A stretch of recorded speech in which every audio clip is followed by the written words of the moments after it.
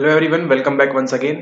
तो आज के इस वीडियो में हम बात करेंगे 2022 में आया हुआ आपका ये पैराग्राफ जो आज तक आपने कभी नहीं किया। अब हम उसको करने वाले हैं। कभी भी आपने इन पैराग्राफ के सवालों को सॉल्व नहीं किया तो उनको हम देखेंगे। और अगर आपने 2022 में ये परीक्षा दी होती और आपने लेक्चर्स प्रॉपरली किए होते तो आपको ये 5 नंबर मुफ्त के मिले थे। 5 नंबर अर्थात 5 सवाल, यानी कि 10 नंबर आपको फ्री के मिल गए थे। तो इस बार जिन्होंने भी एग्जाम दिया उनकी हम कह सकते हैं किस्मत काफी अच्छी थी कि उनको ये इजी सा सवाल पूछ लिया गया। ओके, ठीक है, हम प्रश्नों को पढ़ते हैं। निम्नलिखित पैराग्राफ को पढ़कर निम्नलिखित 5 प्रश्नों के उत्तर दीजिए। तो हो सकता है इस बार हमको ऐश का एक्सपेरिमेंट देखने मिल जाए जो आपने कर लिया है। हो सकता है हमको लॉफ्टस वाला देखने मिल जाए, फॉल्स मेमोरी वाला। ठीक है, और यहाँ पे उन्होंने किसका दिया था, यहाँ पे उन्होंने दिया था, वो अभी हम देखते हैं। शोधकर्ताओं का एक दल, रिसर्चर्स का एक दल कारावासों में रक्षकों के व्यवहार को समझना चाहता था तथा यह जानना चाहता था कि ऐसा उनकी विशेषताओं, व्यक्तित्व या पर्यावरण आधारित स्थिति के अनुरूप कारकों के कारण हुआ। रक्षकों और कैदियों मतलब जेलर है ना, और कैदी, उनके बीच का यह परीक्षण था कि भूमिकाओं का अध्ययन करने के लिए उन्होंने एक नकली कारावास बनाया। कहाँ पे? अंदर, स्टैनफोर्ड यूनिवर्सिटी के अंदर ही। परस्पर अपरिचित 23 व्यक्तियों ने इस अध्ययन में अपना योगदान दिया। आपने ये वीडियो देखा था पुराना वाला, उसमें हमने उस मूवी की बात भी की थी। तथा उन्हें कैदियों और रक्षकों की भूमिका में रखा गया। ठीक है, तो सब लोग जो थे वो कौन से लोग थे? सभी लोग नॉर्मल लोग थे। उनमें से 23 व्यक्ति जो थे अपरिचित थे। ठीक है, उन्हें क्या बनाया गया? उनको या तो कैदी बनाया गया, या तो प्रिजनर प्रिजनर बनाया गया, कैदी बनाया गया, या फिर जेलर बनाया गया, और रक्षकों की भूमिका में रखा गया। दोनों ही ने ही अपनी नई भूमिकाओं में स्वयं को ढाला। ठीक है, तो यहाँ बात किसकी कर रहे हैं? रोल्स की। ठीक है, वही बात की थी हमने जब हम पढ़ रहे थे लेक्चर सोशल रोल के बारे में। ठीक है, दूसरे दिन एक विद्रोही ने रक्षकों के कठोर प्रतिशोध का नेतृत्व किया। कैदियों को दंडित करने के लिए सख्त प्रतिकारी कार्रवाई की गई। शोधकर्ता यह प्रयोग 2 सप्ताह तक करना चाहते थे। वो चाहते थे कि वो इसको कब तक करें? 2 वीक्स तक करें, लेकिन वो इसको ऐसा नहीं कर पाए। तथापि इसे कैदियों की संवेगात्मक विफलताओं तथा रक्षकों के अत्यधिक आक्रमण के कारण 6वें दिन ही क्या कर दिया, इसको 6th डे ही इसको टर्मिनेट कर दिया गया। इस प्रयोग से पता चला है कि जितने लोगों से अपनी सामाजिक भूमिकाओं को निभाने की अपेक्षा की जाती है, इन्हें वे कितना निभाते हैं। ठीक है, तो ये बात किसकी हो रही है? पूछ रहा है प्रश्न, name the psychologist who led this research. किस मनोवैज्ञानिक ने इस रिसर्च को कंडक्ट किया? किसको उन्होंने ये रिसर्च पे कराया? ऑप्शन क्या क्या है आपके पास? ऑप्शन है आपके पास मिलग्राम, जिम्बार्डो, एश, शेरिफ। ठीक है, ओके, चलिए बात करते हैं यहाँ पे आपके मिलग्राम में। ठीक है, आप ये समझ गए किसकी बात हो रही है यहाँ पे? सोशल रोल की, है ना, कि सामाजिक भूमिका जिसको अगर दे दी जाती है तो क्या करता है, वो अपने व्यक्तित्व उस प्रकार से ढाल लेता है। हमको इस एक्सपेरिमेंट से मालूम पड़ता है। ठीक है, ओके, तो मिलग्राम का एक्सपेरिमेंट हमको मालूम है किसके ऊपर है? वो है आपके आज्ञा पालन के ऊपर। इसको आप नोट करते जाएंगे, नोट्स इसके बनाते जाएंगे। ठीक है, केवल वीडियो नहीं देखेंगे, नोट्स भी बनाते जाएंगे ताकि हम पीवाईक्यू सॉल्व करते करते भी हम काफी सारी चीजों को इकट्ठा कर लें। तो मिलग्राम जी जो थे उन्होंने किस पे काम किया? आज्ञा पालन के ऊपर काम किया। इनका वीडियो आप देख चुके हैं। 15 अगस्त को हमने बताया था पूरा एक्सपेरिमेंट, वो चीज आपको वहां पे कराई थी। ठीक है, मिलग्राम जानते हैं, आज्ञा पालन की बात करते हैं, मतलब उनका इससे कोई संबंध नहीं। ठीक है, फिर हम बात करेंगे ऐश की। ऐश ने क्या किया था? ऐश ने बात की थी आपकी कन्फॉर्मिटी की। कन्फॉर्मिटी की बात करते हैं वो। ठीक है, और शेरिफ आप जानते हैं किसकी बात करते हैं? शेरिफ बात करते हैं आपकी मुजफ्फर शेरिफ रॉबर्ट्स केव एक्सपेरिमेंट की। ठीक है, जिसमें हम किसको, हमको एक ही रिसोर्स है धन के लिए, इसके लिए अगर हमको एक ही की प्राप्ति चाहिए तो हम क्या करेंगे? साथ में मदद करेंगे। मतलब ए और बी दुश्मन है ना, ये एक ग्रुप है, ये एक ग्रुप है, लेकिन इन दोनों को काम क्या चाहिए? धन चाहिए, तो इन दोनों को क्या करना होगा? साथ में काम करा सकते हैं हम। ठीक है, तो वो बात करते हैं शेरिफ। तो आप ये समझ गए ना, मिलग्राम का इससे संबंध है, ना शेरिफ का इससे संबंध है, और ना ही ऐश का इससे संबंध है। तो किसका संबंध है इनसे? इसका संबंध है मिस्टर डॉक्टर फिलिप जिम्बार्डो से। और इस परीक्षण का नाम, इस एक्सपेरिमेंट का नाम क्या था? परीक्षण नहीं, सॉरी, इस प्रयोग का नाम क्या था? प्रयोग का नाम था द स्टैनफोर्ड प्रिजन एक्सपेरिमेंट। ठीक है, तो यहां से 2 नंबर तैयार आपके। आपको ये 4 चीजें मालूम पड़ गई। मिलग्राम ने क्या कराया है, जिम्बार्डो ने क्या कराया है, ऐश ने क्या कराया है, एंड शेरिफ ने क्या कराया है। ठीक है, तो जब भी आपको ये नाम दिखे आप समझ जाएंगे कि कौन किसकी यहाँ पे कैसी बातें कर रहे हैं। अब चलते हैं हम अगले सवाल की ओर। यहाँ पूछ रहे हैं इस प्रयोग में क्या गलत हुआ कि छठवें दिन इसे स्थगित कर दिया गया। पहला, यह प्रयोग उबाऊ था। विश्वविद्यालय प्रशासन ने शोधकर्ताओं से इस अध्ययन को रोकने के लिए कहा। जो यूनिवर्सिटी थी, है ना, उसके एडमिनिस्ट्रेशन ने कहा इनको कि आप रोक दीजिए। क्या ऐसा हुआ? ऐसा भी नहीं हुआ। कैदी और रक्षक मित्र बन गए, ऐसा तो कभी हो ही नहीं सकता। ठीक है, क्योंकि सब अपनी कौन सी भूमिका में थे? सब अपनी अपनी सोशल रोल में थे, सब अपनी अपनी सामाजिक भूमिका में थे, वो 23 के 23 लोग। ठीक है। ऑप्शन नंबर सी, कैदियों ने विचलित और अपमानित अनुभव किया। तो वहां पे जो प्रिजनर थे उन्होंने क्या महसूस किया? उनके इमोशंस को बहुत हानि पहुंची। ठीक है, the prisoners felt upset and humiliated. विचलित और अपमानित बहुत ज्यादा उन्होंने क्या किया? अनुभव किया। जो 23 लोग थे वो सभी कैसे लोग थे? सभी सामान्य लोग थे। लेकिन जैसे ही वो प्रयोग के अंदर आते हैं, कोई बन जाता है प्रिजनर और कोई बन जाता है जेलर, है ना। तो जैसा होता है समाज में, जेलर क्या करता है? प्रिजनर के ऊपर, कैदी के ऊपर तरह तरह की चीजें करता है। तो कैदियों ने क्या किया? विचलित और अपमानित अनुभव किया, जिससे उनकी मानसिक स्वास्थ्य पे असर पड़ा। ठीक है, कुछ लोग उसमें से भाग भी गए थे। अगर आप वो मूवी देखेंगे तो आपको समझ में आएगा। ठीक है, तो इससे क्या हुआ? कैदियों ने विचलित और अपमानित अनुभव किया, इसलिए उसको छठवें दिन ही बंद कर दिया गया। जबकि चलने कितने दिन वाला था? वो 14 डे के लिए चलने वाला था। एक हफ्ता भी कंप्लीट नहीं हुआ, 6th डे ही उसको टर्मिनेट कर दिया गया। फिर अगला सवाल है, इस प्रयोग की अत्यधिक सराहना की गई। क्या आपको लगता है ऐसा सराहना की गई होगी? नहीं। अत्यधिक आलोचना की गई? हाँ। अत्यधिक अध्ययन की परिणति नैतिक दिशा निर्देशों के विकास और स्वीकृति में हुई। परिणति रक्षकों के व्यवहार के अध्ययन में हुई। ये भी नहीं हुआ। ठीक है, क्या हुआ इसका मेन इस एक्सपेरिमेंट से? The Stanford prison experiment. इससे क्या हुआ? अध्ययन की परिणति किस प्रकार से हमको resulted in the development and recognition of ethical guidelines. ठीक है, वहां पे जिस प्रकार से कोविड की गाइडलाइंस आई थी, है ना, उसी प्रकार से रिसर्च कंडक्ट करने में या अपना एक्सपेरिमेंट कंडक्ट करने में क्या हुआ? उसका विकास हुआ, है ना, और स्वीकृति हुई किसकी? रिकॉग्नाइज की किसकी? एथिकल गाइडलाइंस की, है ना। अध्ययन की परिणति नैतिक दिशा निर्देशों के विकास और स्वीकृति में हुई। ठीक है, तो इसका ध्यान रखेंगे। तो हमको एथिकल गाइडलाइंस कहाँ से मिलती है? कौन से एक्सपेरिमेंट से मिली हमको? द स्टैनफोर्ड प्रिजन एक्सपेरिमेंट से हमको मिली। इस बात का आप ध्यान रखेंगे। अध्ययन की परिणति नैतिक दिशा निर्देशों के विकास और स्वीकृति में हुई। ठीक है, इसका इससे कोई मतलब नहीं है। ऑप्शन नंबर सी इसका राइट आंसर है। अब चलते हैं हम अगले सवाल के ऊपर। अब अगला सवाल देखिए क्या बोल रहा है। दिस एक्सपेरिमेंट, यह अध्ययन प्रदर्शित करता है कि हम अपने खालिस्तान के अनुरूप व्यवहार करते हैं। क्या हम अपने बिलीफ के, एटीट्यूड, रूल्स या बैकग्राउंड? आंसर आप सभी को मालूम है, हम अपने भूमिका के अकॉर्डिंग अनुरूप व्यवहार करते हैं।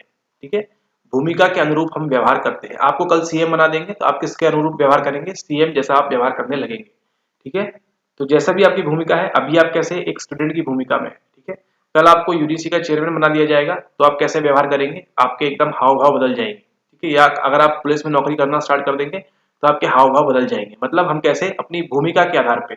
इस अध्ययन से क्या सीखने मिला? कि हम सोशल रोल्स, है ना, सामाजिक भूमिका, आप भी एक भूमिका में है, हर कोई अपनी अपनी भूमिका प्ले कर रहा है। ठीक है, तो हम अपने भूमिका के अनुरूप व्यवहार करते हैं। ठीक है, ना ही अभिवृत्ति, ना ही विश्वास, ना ही पृष्ठभूमि, ये सब अलग मैटर है। लेकिन यह अध्ययन क्या प्रदर्शित करता है? कि हम अपने भूमिका के अनुरूप व्यवहार करते हैं। यहाँ बात इस अध्ययन की हो रही है। ठीक है, पर्टिकुलर अध्ययन यहाँ जोर दिया हुआ है, इसका आप ध्यान रखें। अदरवाइज आप एटीट्यूड भी मार्क कर सकते हैं, बैकग्राउंड भी मार्क कर सकते हैं। इसका ध्यान देना है। प्रश्न क्या पूछ रहा है? यह अध्ययन पूछ रहा है, यानी कि ये एक्सपेरिमेंट क्या बताता है, क्या प्रदर्शित करता है। और अब चलते हैं हम आखिरी सवाल के ऊपर। आखिरी सवाल पूछ रहा है, this experiment is known as. इसको किस नाम से जाना जाता है? Obedience experiment, Stanford prison experiment, false memory experiment, Michigan experiment. Michigan पता नहीं क्या है। ठीक है, तो आज्ञा पालन अनुप्रयोग, ये तो आप जानते हैं किसका है, ये है आपके मिलग्राम का, है ना, स्टैनली मिलग्राम। उसके बाद यहाँ पे स्टैनफोर्ड प्रिजन प्रयोग, ये किसका है? फिलिप जिम्बार्डो का। ठीक है, और गलत याददाश्त प्रयोग, फॉल्स मेमोरी, किसका है? इसको हम देखेंगे, इसको कवर करेंगे। और मिशिगन प्रयोग, मिशिगन में क्या है? यूनिवर्सिटी है, डिपार्टमेंट है, काफी सारी चीजें वहां पे एक्सपेरिमेंटल साइकोलॉजी चलती रहती है। ठीक है, तो इसका आपको ध्यान रखना है, कहाँ पे? मिशिगन पे। तो अभी इससे इस अध्ययन को हम क्या बोलते हैं? इसको हम बोलते हैं स्टैनफोर्ड प्रिजन एक्सपेरिमेंट। तो स्टैनफोर्ड प्रिजन एक्सपेरिमेंट। ठीक है, तो इससे की क्या क्या टेक अवेज हुए उसको हम बात करते हैं। सबसे पहले किसने दिया? फिलिप जिम्बार्डो ने। ठीक है, ये क्या बताता है? कि हम अपने रोल्स के अकॉर्डिंग, है ना, हम अपनी भूमिका के अकॉर्डिंग क्या करते हैं, व्यवहार करते हैं।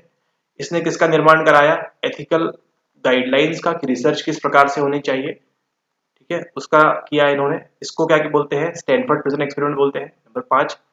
और एक और क्या था इसमें कि इसको बंद क्यों कराया गया, इसको बंद कराया गया क्योंकि जो प्रिजनर थे, जो कैदी थे ना, वो विचलित हो गए ना, उनके मानसिक इस पे प्रभाव पड़ा और वो सभी चीजें इसके अंदर हुई। ठीक है, तो ये याद रखना है आपको आज के बाद द स्टैनफोर्ड प्रिजन एक्सपेरिमेंट के बारे में। उसी के साथ साथ हमने क्या देखा, हमने देखा ऐश का कन्फॉर्मिटी वाला एक्सपेरिमेंट। ठीक है, पीयर प्रेशर में आपको लेक्चर में कराया था, एक इस प्रकार की लकीर थी, फिर वहां पे 3 लकीरें थी, कौन सी बराबर थी वो बतानी थी। फिर वहां बात करेंगे हम किसकी, हम बात करेंगे मुजफ्फर शेरिफ की, जिन्होंने क्या कराया था, रॉबर्ट केप एक्सपेरिमेंट कराया था। उसको यूट्यूब पे वीडियो डालेंगे तो वो देख लीजिएगा आप, काफी अच्छा एक्सपेरिमेंट हुआ था। और स्टैनली मिलग्राम के बारे में आप जानते ही हैं ऑलरेडी। ठीक है, ओके ओके। अब हम देखते हैं इस सवाल को, ये भी है हमारे 2022 का लेक्चर्स के अंदर। अब जो भी चीजें आ रही हैं आपके लिए मोस्ट आईएमपी है, ठीक है, इनको आप नोट करते चलेंगे तो आपके लिए हाईली बेनिफिशियल होगा। ठीक है, अब जो भी वीडियोस आ रही हैं इनको नोट करना, इनका मिस नहीं करना है। ठीक है, okay. Which one of the following statements does not apply to normal probability curve? हमने पढ़ा था उस दिन एनपीसी के बारे में।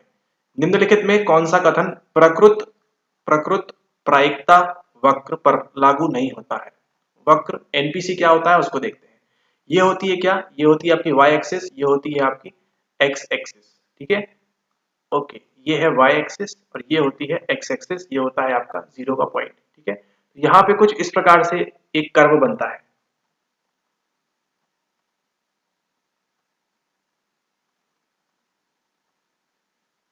इस प्रकार से एक कर्व बनता है और यहाँ पे जो बीच सेंटर पॉइंट है, यहाँ पे आप क्या होता है आपका मीन मीडियन मोड, सब यहीं पे उपलब्ध होता है इसी पॉइंट के ऊपर बीच में। ठीक है, तो ये बोल रहे हैं, इसको कहते हैं हम क्या, इसको हम कहते हैं प्रकृत प्रायिकता वक्र। ठीक है, ये है आपका नॉर्मल प्रोबेबिलिटी कर्व, इसको आप ध्यान रखेंगे। क्या पूछ रहा है, does not apply to normal probability curve, इनमें से क्या अप्लाई नहीं होता है। पहला, यह द्विपक्षीय दृष्टि से संबंधित है, इट इज बायलैटरली सिमेट्रिकल। ठीक है, यह घंटी के आकार का है, ये तो हमको दिख रहा है घंटी के आकार का है, मतलब ये तो नहीं हो सकता आंसर। ठीक है, ओके। इसका वैषम्य शून्य है, सही बात है, इसका वैषम्य शून्य, समझाते हैं अभी क्या होता है। और इसकी वक्रता शून्य होती है। ठीक है, इट्स कुर्टोसिस इज जीरो। ठीक है, तो ऐसा नहीं होता है।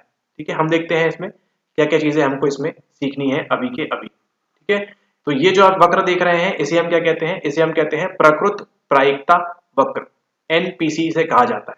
ठीक है, यहाँ पे भी इन्फिनिटी होती है, यहाँ पे भी इन्फिनिटी होती है। ठीक है, तो ये कभी भी जो आपका यहाँ पे एक्स एक्सिस पे क्या नहीं करेगा, कभी भी ये टच नहीं करेगा। ठीक है, हमेशा इन्फिनिटी तक चलता जाएगा।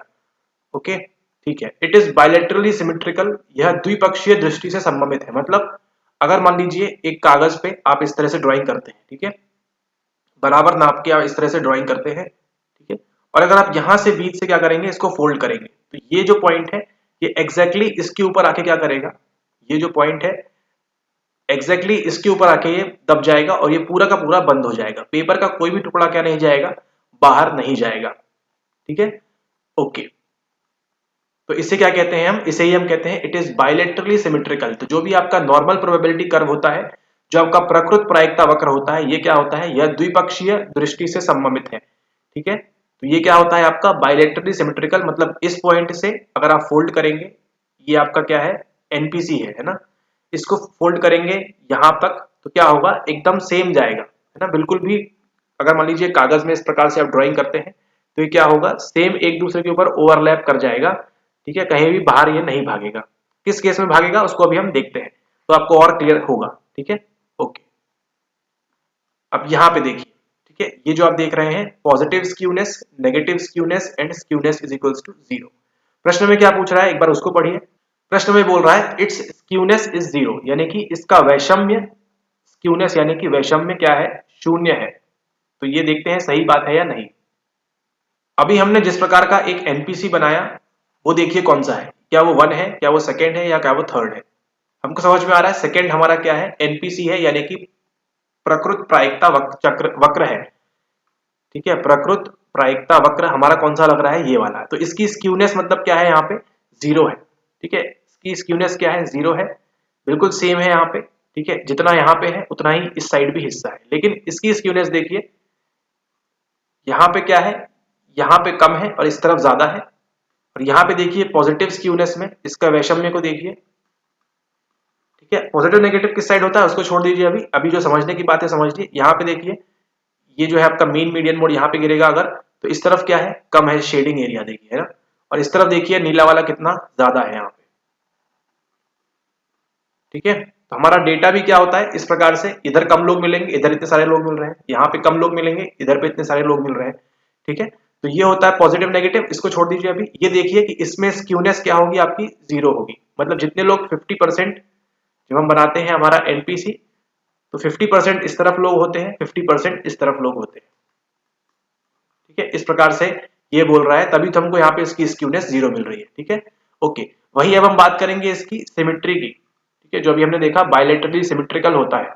तो अगर मान लीजिए यहाँ से आप फोल्ड करेंगे तो आपका पेपर तो यहीं पे आते आते खत्म हो जाएगा, इतना पेपर आपका बाहर निकला रहेगा। ठीक है, अगर आप मान लीजिए यहाँ पॉइंट से बीच से फोल्ड करते हैं आप, ठीक है, तो ये आते आते इतना और हिस्सा आएगा कहाँ पे, इस तरफ, ये इतना मान लीजिए ना, इतना ही आ पाएगा, लेकिन बाकी का एरिया तो पूरा खाली रह गया, है ना। तो ये क्या हो गया, हमको बायलैटरली सिमेट्रिकल नहीं मिलेगा इस केस में। सेम इस केस में भी ऐसा ही होगा, यहीं से अगर आप फोल्ड करेंगे इतना एरिया, तो ये फोल्ड होते होते यहाँ तक आएगा बस, है ना, और बाकी इतना एरिया बच जाएगा। लेकिन वहीं अगर हम बात करें इस केस में, अगर हमारी स्क्यूनेस जीरो जब होगी, यानी कि जब हमारा वैषम्य शून्य होगा, ठीक है, तो हमको क्या मिल रहा है, यहां से पेपर फोल्ड करिए अब, तो दोनों क्या होगा, हमको बायलैटरली सिमेट्रिकल मिलता है। ठीक है, तो यही खासियत है किसकी, हमारे एनपीसी की, यानी कि हमारे प्रकृत प्रायिकता वक्र की। ठीक है, इसका वैषम्य क्या होगा, अगर एनपीसी है, नॉर्मल प्रोबेबिलिटी कर्व है, तो इसका वैषम्य क्या होगा, हमेशा शून्य होगा। उसी के साथ साथ क्या होगा, इसका बायलैटरली सिमेट्रिकल भी होगा। ठीक है, ओके। तो आपको ये मालूम पड़ गया, इट इज बायलैटरली सिमेट्रिकल, यह द्विपक्षीय दृष्टि से संबंधित है और इसका वैषम्य शून्य है। अब ये बताइए घंटी के आकार का था या नहीं, ये आपको दिख रहा है एक प्रकार से, यहाँ पे अगर थोड़ी सी घंटी हो तो एक घंटी के आकार का है या नहीं है, तो ये भी सही बात है, यह घंटी के आकार का है। It is bell shaped, it is bilaterally symmetrical and its skewness is zero. इसका वैषम्य क्या है, इसका वैषम्य शून्य है। तो ये तीनों बातें क्या होती हैं, लागू होती है।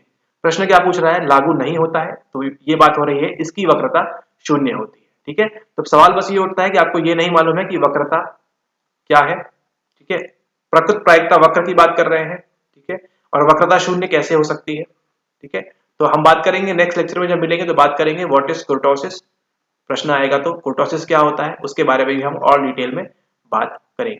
ठीक है, तो आप समझ गए आपने क्या क्या सीख लिया, एनपीसी के बारे में भी सीख लिया आपने, प्रकृत प्रायिकता वक्र के बारे में भी सीख लिया। तो अगर सवाल मिलता है तो आप इसको नोट कर लेंगे। ठीक है, कि यह होता है और यह नहीं होता है। Alright, thank you, all the best.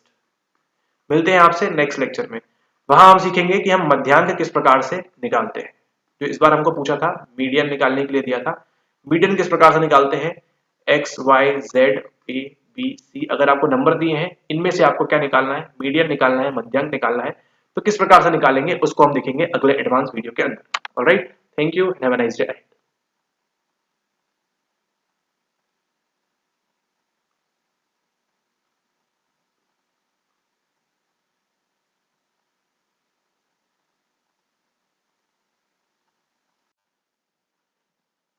ये तस्वीर आपने कई बार देखी होगी, बस स्टैंड में, रेलवे स्टेशन में, मेट्रो स्टेशन में और एयरपोर्ट में, और हर जगह आपने, आज भारत में आपने प्रत्येक कोने में आपने कभी ना कभी ये तस्वीर जरूर देखी होगी।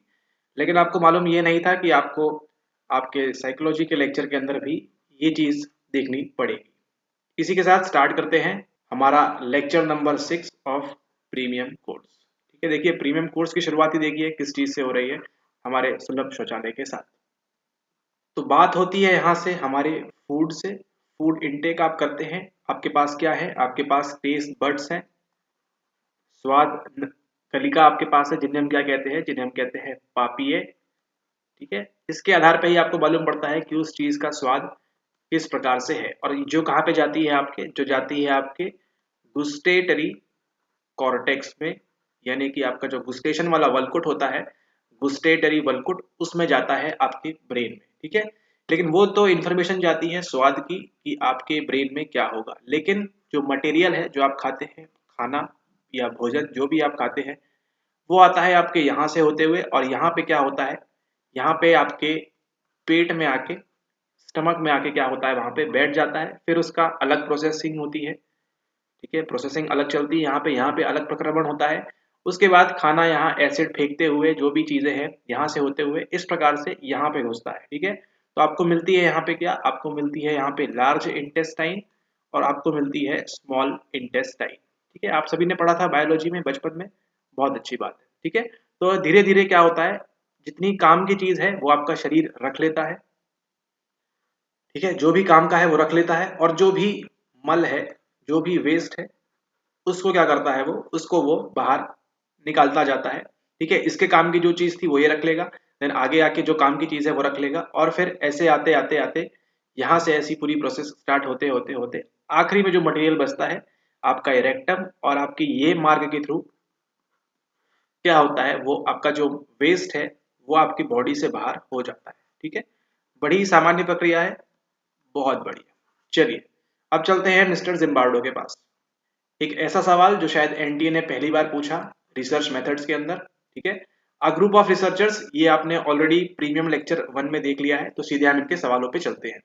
The experiment was highly appreciated, was highly criticized, resulted in the development and recognition of ethical guidelines, resulted in the study of behavior of guards। इस प्रयोग की, क्या आपको लगता है इस प्रयोग की क्या सराहना की गई होगी, क्या आपको लगता है इसकी आलोचना की गई, क्या आपको लगता है कि अध्ययन की परिणति नैतिक दिशा निर्देशों के विकास और स्वीकृति में हुई, या आपको लगता है परिणति रक्षकों के व्यवहार में अध्ययन में हुई, ठीक है। यहाँ सब कुछ भी बातें नहीं हो रही है, मेन बात क्या होगी आपकी, आपकी ऑप्शन नंबर सी। इस रिसर्च ने क्या बताया, इसके रिजल्ट ने क्या बताया हमको, डेवलपमेंट हुआ किसका, एथिकल गाइडलाइंस का, कि आपकी एक रिसर्च या आपका एक्सपेरिमेंट किस प्रकार से क्या करना चाहिए, कंडक्ट किया जाना चाहिए, ठीक है। ऐसा नहीं है कि आप किसी को भी मेंटल ट्रॉमा वगैरह वो सब चीज आप उनको देते रहेंगे। ये देखिए, ये जो स्क्रीन के ऊपर आप देख रहे हैं ये सभी कौन है, 1 2 3, ये लोग कौन है, ये लोग सभी लोग कैदी हैं। इनको क्या भूमिका दी गई थी, इनको क्या बनाया गया था, इनको यहाँ पे प्रिजनर बनाया गया था, ठीक है। जैसे जेल में कैदी होते हैं उन्हीं प्रकार से ये जो आप देख रहे हैं ये कैदी है आपका 5 4 8 3 नंबर का, और ये जो है ये कौन है, ये है वहां का गार्ड, ठीक है। लेकिन इस एक्सपेरिमेंट के पहले, इस प्रयोग के पहले ये जो दोनों थे, है ना, ये जो कैदी है वो भी और जो जेलर है यहाँ पे वो भी, ये सब कैसे लोग थे, ये सब सामान्य लोग थे, ठीक है। आप हमारी तरह सब सामान्य लोग थे, लेकिन केवल इस एक्सपेरिमेंट के अंदर डॉक्टर फिलिप जिम्बार्डो ने क्या किया, उनको एक चीज दे दी जिसके आधार पर उनको यहाँ पे क्या बनाया गया, गार्ड बनाया गया, और यहाँ पे उनको कैदी बनाया गया। और फिर ये प्रयोग चलता रहा लगभग 6 दिन तक। ये देखिए ये है आपका गार्ड, ठीक है, और ये वो जो कैदी है वो, ठीक है। अगला सवाल है क्वेश्चन नंबर 64। इस प्रयोग में क्या गलत हुआ कि छठवें दिन इसे स्थगित कर दिया गया, ठीक है। द एक्सपेरिमेंट वॉज बोरिंग, यह प्रयोग उबाऊ था। कैदियों ने विचलित और अपमानित अनुभव किया। विश्वविद्यालय प्रशासन ने शोधकर्ताओं से इस अध्ययन को रोकने के लिए कहा। कैदी और रक्षक मित्र बन गए। क्या आपको लगता है ऐसे लोग बने होंगे मित्र? नहीं बने होंगे। अगर आप चाहें तो जाके एक सीरीज देख सकते हैं, वेब सीरीज या कुछ मूवी थी, इसका नाम ही था, खैर नाम नहीं बताएंगे अभी, मालूम ही है आपको, द स्टैनफोर्ड प्रिजन एक्सपेरिमेंट, ठीक है। राइट आंसर क्या है, the prisoners felt upset and humiliated. कैदियों ने विचलित और अपमानित अनुभव किया, ठीक है। जो कैदी थे पहले कौन से कैसे पर्सन थे, वो नॉर्मल थे, नॉर्मल पर्सन थे, उनमें से ही, मतलब ये पॉपुलेशन है, इसी में से क्या उठाया, सैंपल उठाया, एक को बना दिया गार्ड और दूसरे को बना दिया क्या, प्रिजनर बना दिया, वहां पे कैदी बना दिया, ठीक है। Right answer the prisoner felt upset and humiliated, option number C. Name the psychologist who led this research, उस वैज्ञानिक का नाम बताइए जिसने यह शोध किया। Milgram, Zimbardo, Asch Sherif, Milgram, Zimbardo, Asch Sherif, doctor Philip Zimbardo, ठीक है। शेरिफ ने क्या दिया हमको, शेरिफ ने दिया हमको रॉबर्स केव एक्सपेरिमेंट, ठीक है, जिसमें वो ग्रुप की बात करता है कि अगर ग्रुप में तनाव है तो उनको क्या करिए, उनको एक गोल दीजिए, है ना, और उस गोल के लिए दोनों ए ग्रुप एंड बी ग्रुप क्या करते हैं, फिर मिल के काम करते हैं। मतलब ये जो एक्सपेरिमेंट है शेरिफ वाला, ठीक उसी प्रकार की बात है कि अगर मान लीजिए दो दुश्मन है, मान लीजिए, ठीक है, इस घर के अंदर आपने क्या बिठाए हैं, दुश्मन, ये है दुश्मन ए और ये है दुश्मन बी, ठीक है। लेकिन इन लोग बाहर कब आ सकते हैं, इन लोग की एग्जिट कब हो सकता है, जब ये दोनों क्या करेंगे, ये दोनों की ऐसा कुछ काम करेंगे, मान लीजिए इसको कुछ भी मान लीजिए, इसको इसको x काम आता है और इसको y काम आता है, ठीक है। बाहर निकलने के लिए, एग्जिट करने के लिए x प्लस वाई का मिलना जरूरी है, ठीक है। मतलब ऐसा कुछ काम जिसमें ये भी मदद करे, ये भी मदद करे, तो ही इन लोग की एग्जिट हो पाएगी। अकेला अगर x ट्राई करेगा तो काम नहीं निकलेगा, बाहर नहीं निकल पाएगा, और अकेला y करेगा तो भी नहीं निकल पाएगा, ठीक है। तो इन दोनों को क्या करना होगा, साथ में काम करना होगा, तभी एग्जिट कर पाएंगे, ठीक है। तो दुश्मन भी क्या बन जाते हैं, यहाँ पे दोस्त बन जाते हैं। ऐसा कुछ बात की थी शेरिफ ने रॉबर्ट्स केव एक्सपेरिमेंट के अंदर, ठीक है। नाम ध्यान रखिएगा, रॉबर्ट्स केव इस बार पेपर में आया भी हुआ है, ठीक है। मिलग्राम ने क्या बताया हमको, मिलग्राम का कौन है, इनका पूरा नाम, इनका पूरा नाम स्टैनली मिलग्राम।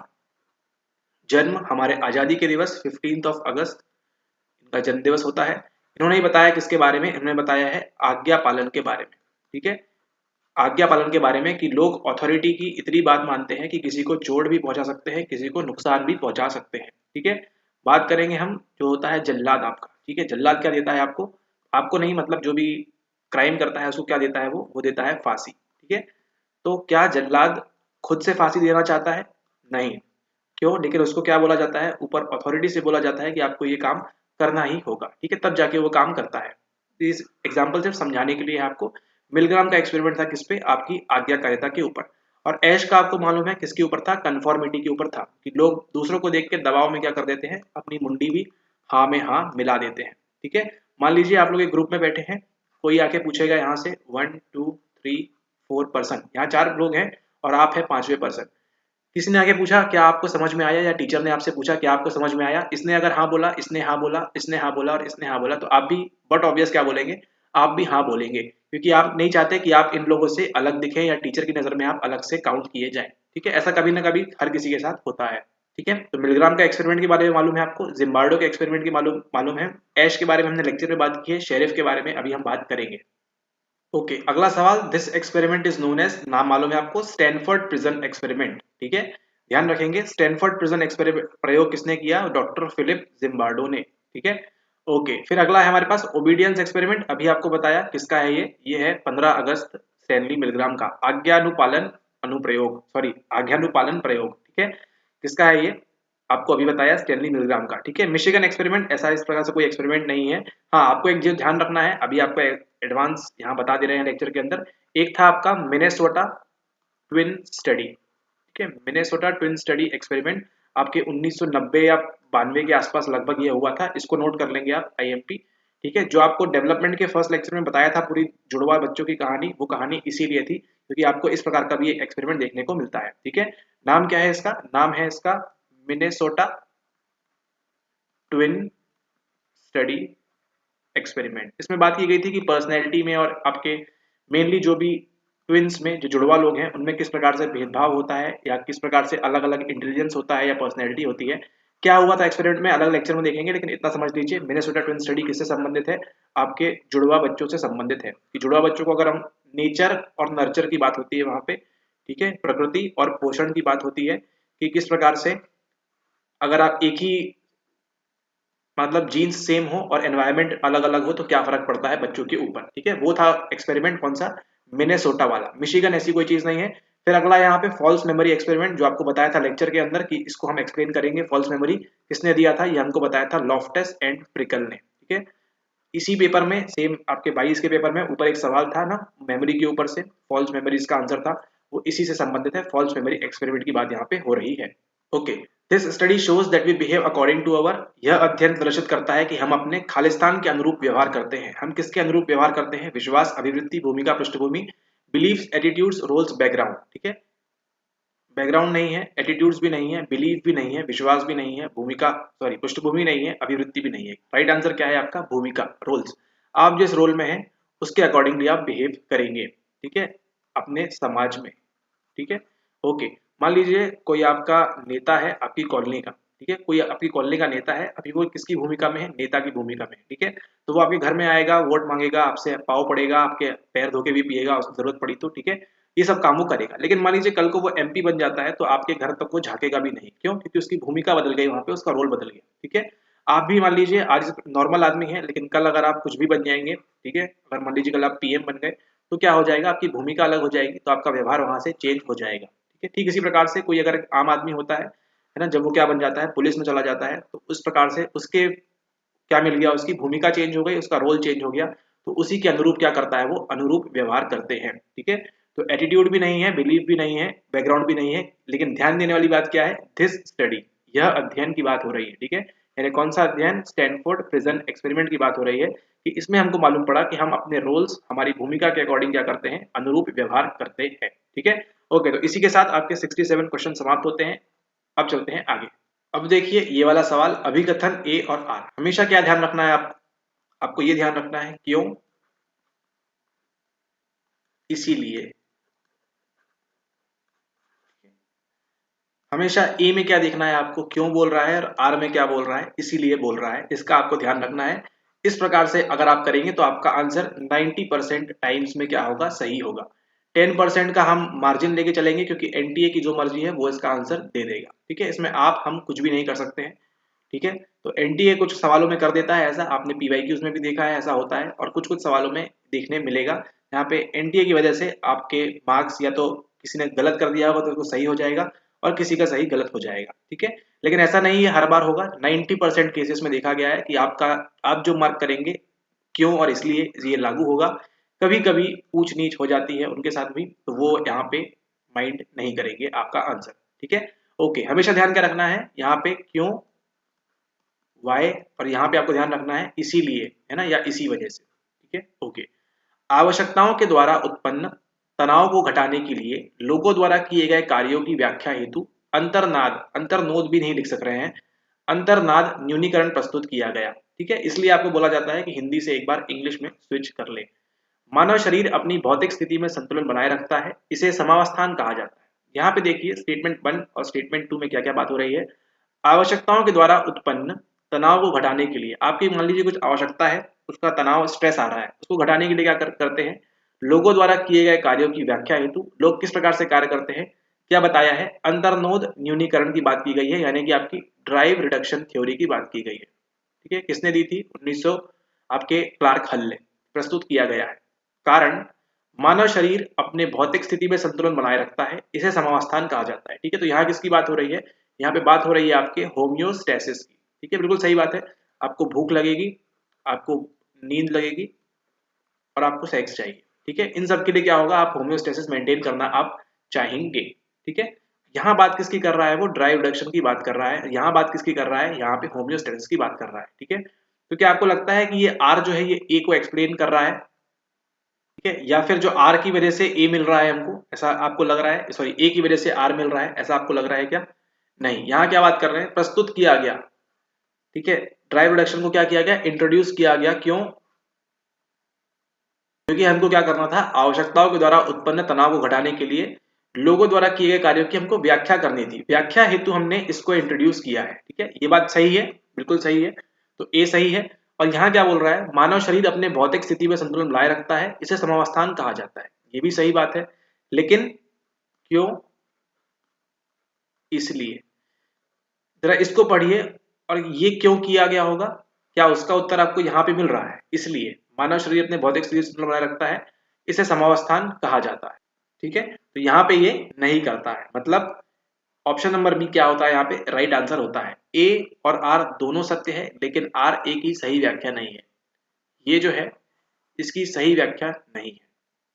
आवश्यकताओं के द्वारा उत्पन्न तनाव को घटाने के लिए लोगों द्वारा किए गए कार्यों की व्याख्या हेतु अंतर्नाद न्यूनीकरण प्रस्तुत किया गया, प्रस्तुत किया गया, मेन कीवर्ड यहाँ पे आपका प्रस्तुत पे था। ठीक है, ओके, ऑप्शन नंबर भी इसका राइट आंसर हो जाता है, लेकिन आपको ध्यान रखना है 10% का आपको मार्जिन लेके चलना है इन सवालों में, ए और आर वाले सवालों में। 90% आपके आंसर सही होंगे अगर आपको सही सही किया है, क्यों और इसलिए। ठीक है, लेकिन 10% आपको एनटीए को चांस देना होगा। अब चलते हैं अगले सवाल के ऊपर। अब यहाँ पे देखते हैं अगला प्रश्न बोल रहा है, statement 1, stress is experienced in relatively ordinary life conditions, सही बात है। Any life event that requires people to change, adapt और adjust can result in stress, ये भी सही बात है। In light of the above statements choose the correct answer, हमको मालूम है दोनों ही क्या बोल रहा है, यहाँ पे सही बोल रहा है, तो ऑप्शन नंबर ए क्या होगा, इसका करेक्ट आंसर होगा। ठीक है, ओके, यहाँ पे देखिए एक बार नीचे दो कथन दिए गए हैं। कथन एक में कहा जा रहा है, यहाँ पे ए और आर की बात नहीं हो रही है, इसको ध्यान रखेंगे, ठीक है। प्रतिबल का अनुभव यानी ये आपका स्ट्रेस है, ठीक है। स्ट्रेस के लिए आपके लिए एक और वर्ड आ गया है, एनटी ने प्रस्तुत किया है, प्रतिबल। इसको भी आप याद करना स्टार्ट कर दीजिए, ठीक है। प्रतिबल का अनुभव अपेक्षाकृत सामान्य जीवन परिस्थितियों में होता है, ठीक है, सही बात है। हम स्कूल जाते हैं, स्ट्रेस होता है, कॉलेज जाते हैं, स्ट्रेस होता है, नौकरी करते हैं, स्ट्रेस होता है। सामान्य जीवन परिस्थितियों में स्ट्रेस होता है, हमको अनुभव होता है, सही बात है। जीवन की किसी भी ऐसी घटना के फलस्वरूप प्रतिबल हो सकता है जिसमें लोगों को बदलने, अनुकूलित होने अथवा समायोजित होने की आवश्यकता हो, सही बात है। आप इंडिया से जापान चले जाइए, क्या हो जाएगा, आपको स्ट्रेस हो जाएगा। जापान से चाइना चले जाइए, स्ट्रेस हो जाएगा, क्योंकि क्या करना होगा आपको, वहां पे अडेप्ट करना होगा सिचुएशंस को, अनुकूलित होने और समायोजित होने की आवश्यकता होगी। जहां पे भी, वहां पे क्या मिलेगा आपको, वहां पे स्ट्रेस मिलेगा, प्रतिबल मिलेगा, ठीक है, सही बात है, दोनों सही बात है। कथन एक और दो दोनों सत्य है। चलिए अब पढ़ते हैं 60 नंबर का प्रश्न। Find the correct sequence of events in reference to James Lange theory of emotions. दूसरे नंबर की थ्योरी है हमारे इमोशन की, संवेग की, कौन सी, James Lange theory. James Lange के संदर्भ में बात करनी है हमको, ना ही किसी और के, ठीक है। The feedback received constitutes feeling of emotions. The emotion producing situation is interpreted by the cortex. The brain receives sensory feedback of responses occurring in the body. The cortex triggers changes in peripheral nervous system. The muscular and visceral changes occur in the body. अब आपको केवल यहाँ पे इतना मालूम होना चाहिए था मेनली कि जेम्स लैंग बोलते क्या है। पहले कौन सा होगा, आपका शरीर रिस्पॉन्स करेगा, उसके बाद आपको समझ में आएगा कि आपके साथ इमोशंस हो रहे हैं, ठीक है। ओके, चलिए प्रश्न को पढ़ते हैं एक बार हिंदी में। यहाँ पे देखिए, जेम्स लैंग के संवेग के सिद्धांत के संदर्भ में निम्नलिखित को सही क्रम में रखिए। केवल आपको क्या मालूम होना चाहिए था, पहले फिजिकल होगा, फिर हमको इमोशन की अनुभूति होगी, यानी संवेग हमको मिलेंगे, ठीक है। प्राप्त फीडबैक संवेगों का अनुभव तैयार करता है, ठीक है। तो ये पढ़ के ही आपको आंसर तो वैसे ही मिल जाएगा कि आंसर में कहाँ पे क्या होने वाला है, ठीक है। मान के चलते हैं हमको नहीं मालूम। प्राप्त फीडबैक संवेगों का अनुभव तैयार करता है। दूसरा, स्थिति उत्पन्न करने वाले संवेग को कॉर्टेक्स द्वारा निरूपित किया जाता है। सी, शरीर में होने वाली प्रतिक्रियाओं का फीडबैक ज्ञानेंद्रिय द्वारा मस्तिष्क को प्राप्त होता है, ठीक है। परिधीय तंत्रिका प्रणाली में कॉर्टेक्स परिवर्तनों को प्रेरित करता है। ई, शरीर में मांसपेशी और आंतरांगिक परिवर्तन आते हैं, ठीक है। हमको क्या नॉलेज है अभी तक कि जेम्स लैंग की थ्योरी में पहले बॉडी हरकत करेगी, फिर हमको मालूम पड़ेगा कि क्या हम इमोशन महसूस कर रहे हैं, ठीक है। ओके, एक एक को पढ़िए। प्राप्त फीडबैक संवेगों का अनुभव तैयार करता है। यहाँ पे देखिए क्या बोल रहा है, संवेगों का अनुभव। प्राप्त फीडबैक हमको स्टार्टिंग में कैसे मिल जाएगा बताइए, नंबर पहली ही पोजीशन में आपको फीडबैक कैसे मिल जाएगा। जेम्स लैंग जब बात करते हैं, पहले फिजिकल होगा, पहले शारीरिक क्रिया होगी, उसके बाद आपको संवेग की अनुभूति होगी या संवेग का अनुभव होगा। यहाँ क्या बोल रहा है, प्राप्त फीडबैक संवेगों का अनुभव तैयार करता है, ठीक है। तो ये तो गलत लग रहा है, सबसे पहले ये तो नहीं होगा, ठीक है। स्थिति उत्पन्न करने वाले संवेग को कॉर्टेक्स द्वारा निरूपित किया जाता है। तो जो आपने आराम से भर भर के 5 बार 5 वीडियोस देखे आपने किसके, संवेदी स्मृति के, है ना, उसमें आपको ये तो बात मालूम पड़ चुकी है कि अंतिम चीज कहाँ पे जाती है, अंतिम चीज जाती है आपके कॉर्टेक्स में, अंतिम चीज जाती है आपके वल्कुट में, ठीक है। अंतिम क्यों कहा जा रहा है, आपके ब्रेन की जब बात करें हम तब, ठीक है, ब्रेन में। लेकिन वल्कुट के पहले की पूरी कहानी कहाँ पे होती है, ये होती है आपके सेंसरी सिस्टम में, है ना। आपकी जो ज्ञानेंद्रियां है, अब सॉरी आपकी जो इंद्रियां हैं 5, आई, ईयर, नोज, वो सब जो है आपका टच, फील, है ना, वो है आपका पूरा सेंसरी सिस्टम। और कहाँ भेजता है, आपके कॉर्टेक्स में भेजता है, वल्कुट में भेजता है, ठीक है। ओके, शरीर में होने वाली प्रतिक्रियाओं का फीडबैक ज्ञानेंद्रिय द्वारा मस्तिष्क को प्राप्त होता है, ठीक है। फिर परिधीय तंत्रिका प्रणाली में कॉर्टेक्स परिवर्तनों को प्रेरित करता है। शरीर में मांसपेशी और आंतरांगिक परिवर्तन आते हैं, ठीक है। अब ऑप्शन देखिए, BDECA, ADCEB, DBECA, BDCEA, ठीक है। इसमें से आपको ये तो समझ में आ गया कि प्राप्त फीडबैक संवेगों का अनुभव तैयार करता है, ये हमको मालूम है। पहले फिजिकल होगा, फिर हमारा इमोशन होगा, फिर हमारा संवेग होगा, अकॉर्डिंग टू जेम्स लैंग, है ना। इसका मतलब ए तो सबसे लास्ट में आएगा, ये बात आपको कंफर्म हो गई। तो उसी के साथ आपका ऑप्शन नंबर बी क्या हो जाता है, एलिमिनेट हो जाता है। अब या तो आंसर ए है या सी है या डी है, ठीक है। ओके, डी क्या बोल रहा है, बी हमको दो जगह दिख रहा है, डी क्या बोल रहा है, परिधीय तंत्रिका प्रणाली में कॉर्टेक्स परिवर्तनों को प्रेरित करता है। अरे ये कैसी बात हो रही है, ठीक है। ओके, स्थिति उत्पन्न करने वाले संवेग को कॉर्टेक्स द्वारा निरूपित किया जाता है। ये आएगा आपका नंबर फर्स्ट पे। क्यों? क्योंकि आपके पास क्या है, यहाँ पे संवेदी तंत्र है, सेंसरी सिस्टम है ना। तो सबसे पहले कहाँ से देखेंगे आप, मान लीजिए कोई मूवी देख रहे हैं आप, ठीक है, कोई मूवी देख रहे हैं आप, ठीक है, तो आपके रेटिना से होते हुए सबसे कहाँ पहुंचेगा, कॉर्टेक्स में पहुंचेगा ना। उत्पन्न करने वाले संवेग को, स्थिति क्या है, वो मूवी में कुछ स्थिति हो रही होगी जिसने क्या किया, स्थिति उत्पन्न करने वाले संवेग को कॉर्टेक्स द्वारा निरूपित किया जाता है। ठीक है, तो जो भी आपके इमोशन वगैरह हो रहे हैं वो कौन निरूपित करेगा, आपका कॉर्टेक्स जो है वो। स्थिति उत्पन्न करने वाले संवेग को कॉर्टेक्स द्वारा निरूपित किया जाता है, नंबर फर्स्ट। ठीक है, यानी ए या फिर आपका ऑप्शन होगा यहाँ पे डी। ठीक है, ए और डी। उसके बाद क्या होगा, परिधीय तंत्रिका प्रणाली में, यानी कि आपके पीएनएस की बात हो रही है, परिधि पी में कॉर्टेक्स परिवर्तनों को प्रेरित करता है। अब देखिए थोड़ा बहुत ये गलत फ्रेम भी करते हैं सवालों को, तो उसका भी आप ध्यान रखें। परिधीय तंत्रिका प्रणाली में कॉर्टेक्स परिवर्तनों को प्रेरित करता है। ठीक है, ये होगा नंबर सेकेंड, सही चल रहा है, बी डी बी डी। उसके बाद क्या होगा, अगला होगा आपका ई। शरीर में जो होता है, अब आपका पीएनएस कहाँ है, पूरे शरीर में है। ठीक है, शरीर में मांसपेशी और आंतरांगिक परिवर्तन आते हैं, बिल्कुल सही बात है, ई। फिर क्या होगा, शरीर में होने वाली प्रतिक्रियाओं का क्या होगा, फीडबैक ज्ञानेंद्रिय द्वारा मस्तिष्क को प्राप्त होता है। ठीक है, यहाँ फिर से आपकी ज्ञानेंद्रिया क्या भेजेंगी, मस्तिष्क को भेजेंगे यहाँ पे सिग्नल सी। और सबसे अंत में क्या आएगा, प्राप्त फीडबैक संवेगों का अनुभव तैयार करता है। इसी के साथ राइट आंसर क्या होता है आपका, राइट आंसर होता है आपका option number A, B D E C A. ठीक है, the emotion producing situation is interpreted by cortex. वलकुट को मालूम पड़ता है कि क्या होने वाला है, इमोशन अब आने वाला है ना, इंटरप्रेट कर लेता है कॉर्टेक्स। फिर क्या करता है, कॉर्टेक्स ट्रिगर करता है बदलाव कहाँ पे, पेरिफेरल नर्वस सिस्टम के अंदर। ठीक है, उसके बाद क्या होता है, the muscular and visceral changes occur in body, E में। देन सी में होगा the brain receive sensory feedback of responses occurring in the body. ठीक है, और फिर उसके बाद यहाँ पे लास्ट में the feedback receive constitutes feeling of emotions. Right क्या होता है, 1 B D E C A, 1 2 3 4 and then 5 according to James Lange. अब देखिए इंग्लिश में भाषा कितनी सरल है, the brain receive sensory feedback of responses occurring in the body. ठीक है, द ब्रेन रिसीव, मस्तिष्क को प्राप्त होता है संवेदी फीडबैक ऑफ रिस्पॉन्सेस, अनुक्रियाओं का, अकरिंग इन द बॉडी। अब यहाँ पे देखिए सी में क्या लिखा है, शरीर में होने वाली प्रतिक्रियाओं का फीडबैक ज्ञानेंद्रिय द्वारा मस्तिष्क को प्राप्त होता है। ये जो वर्ड ऐड कर दिया है आपका किसके लिए, सेंसरी के लिए। ठीक है, यहीं पे जो बच्चा है वो कंफ्यूज हो जाएगा अगर वो सवाल अंग्रेजी में नहीं देखेगा एक बार तो। ठीक है, द्वारा मस्तिष्क को प्राप्त होता है। अगला सवाल 59 नंबर का, arrange the following test in the increasing order of structuredness. संरचना के आधार पे, ये नहीं सुना आपने, ये सुना है, ये सुना है, ये सुना है।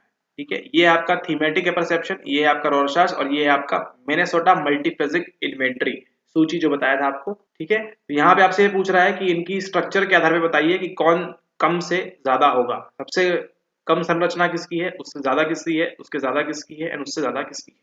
ठीक है, ये आप जानते हैं किसके बारे में, आप जानते हैं प्रक्षेपी तकनीकों के बारे में, है जो आपकी प्रोजेक्टिव टेक्निक्स है उनके बारे में, जिसमें क्या होता है, स्ट्रक्चर हमको कम देखने को मिलता है। ठीक है, तो जबकि प्रोजेक्टिव टेक्निक्स होती है जिसमें सब्जेक्टिव बहुत ज्यादा हो जाता है, आप किस तरह से इंटरप्रेट करते हैं। ठीक है, ठीक है, ओके। तो यहाँ पे वेट, टेट, रॉरशाच और एमएमपीआई, इसमें से आपको ये मालूम है कि ये तीन क्या है, ये तीन आपकी प्रक्षेपी तकनीक है। ठीक है, थोड़ा सा सवाल टफ है, अच्छा सवाल है ये। प्रक्षेपी तकनीक है तीनों ही, कौन कौन सी, वेट, टेट और रॉरशाच। रॉरशाच आपको मालूम है 1981, ये आपको बताया था जब हमने लेक्चर देखा था पर्सनैलिटी के बारे में, थीमेटिक अपरसेप्शन टेस्ट वाली बात जब हमने की थी कि आपको एक चित्र दिखाया जाता है और उसके आधार पर आपको क्या बनानी होती है, वहां पे कहानी बनानी होती है। ठीक है, ओके। तो आपको ये तो मालूम है रॉरशाच सबसे पहले आया था 1921 में। ठीक है, तो उसके आधार पे आप ये तो कर सकते हैं गैस कि आपको सी सबसे पहले मिलेगा। ठीक है, सी सबसे पहले मिलेगा। ठीक है, अब सवाल ये उठता है कि ए आया या फिर बी। ठीक है, और डी भी आएगा लास्ट में, ये भी आपको मालूम है। ये क्या है, एमएमपीआई है। ये किस प्रकार का है, एक आपका स्टैंडर्ड है। ठीक है, एक मानक है, मानक मूल्यांकन कह सकते हैं इसको, एमएमपीआई को। तो डी लास्ट में आएगा, बस ये मालूम होना चाहिए ये पहले आया इन द सेंस स्ट्रक्चरनेस किसकी कम होती है। ठीक है, ये होती है आपकी किसकी, ये आपके टेट की होती है, फिर आपका वेट और फिर आपका MMPI, मतलब ऑप्शन नंबर जो डी है ये सही आंसर है, CBAD। अब देखिए यहाँ पे वेट ये क्या होता है, ये होता है आपका वर्ड एसोसिएशन टेस्ट। ठीक है, यहाँ वर्ड दिख गया तो वर्ड से क्या समझ जाएंगे, ये किस प्रकार का परीक्षण है, एक प्रकार का शाब्दिक परीक्षण है। ठीक है, छोटी सी बात है लेकिन देखिए कितना काम आती है आपके हर जगह पे। ठीक है ना, वर्ड एसोसिएशन टेस्ट जैसे ही आपने देखा आपको ये समझ में आ जाएगा ये किस प्रकार का परीक्षण है, एक शाब्दिक परीक्षण है। ठीक है, तो टेस्ट यही करना चाह रहे थे आपसे कि आपको ये मालूम है कि नहीं कि आपको वर्बल टेस्ट क्या होता है ना, इसकी आपको जानकारी है या नहीं। उन्होंने ये भी चेक कर लिया आपके इसी प्रश्न के साथ। ठीक है, कि आपको शाब्दिक और अशाब्दिक जो बहुत ही छोटी चीज लगती है वो आपको आती भी है या नहीं आती है। ठीक है, ओके, तो वर्ड एसोसिएशन टेस्ट की बात की उन्होंने, तो ये मालूम है वर्बल, तो इसकी संरचना कैसी होगी, थोड़ी सी अच्छी होगी, ठीक होगी। अगर आपका थोड़ा भी विवेक चलता है तो विवेक के आधार पर बताइए कि ये दोनों आप जानते हैं क्या है, इन दोनों में किसका इस्तेमाल होता है, पिक्चर का इस्तेमाल होता है। ठीक है, तो आप बताइए कि अगर हम संरचना की बात करें, स्ट्रक्चर की बात करें, कौन तो रॉरशार्च और टेट, इनके कंपैरिजन में या टेट की बात करें तो टेट और वेट में ज्यादा अच्छा कौन सा स्ट्रक्चर्ड कौन सा मिलेगा हमको, ज्यादा स्ट्रक्चर मिलेगा हमको वर्बल वाला, है ना, वर्बल। और ये कौन सा है आपका पिक्टोरियल। ठीक है, इन्हें क्या कहेंगे हम, चित्रात्मक प्रक्षेपी तकनीक, पिक्टोरियल प्रोजेक्टिव टेक्निक, और ये वर्बल टेक्निक कह सकते हैं जो WAT है वो। ठीक है, आप समझ गए क्या बात हो रही है यहाँ पे संरचना की। तो सबसे पहले आएगा आपका रॉरशार्च, सबसे कम संरचनात्मक है, इसको ऐसे लिख लीजिएगा, रॉरशार्च सबसे कम संरचना है इसकी। फिर आएगा आपका टेट, थीमेटिक एपरसेप्शन टेस्ट, फिर आएगा आपका वेट। ठीक है, और फिर अंत में क्या आएगा आपका MMPI।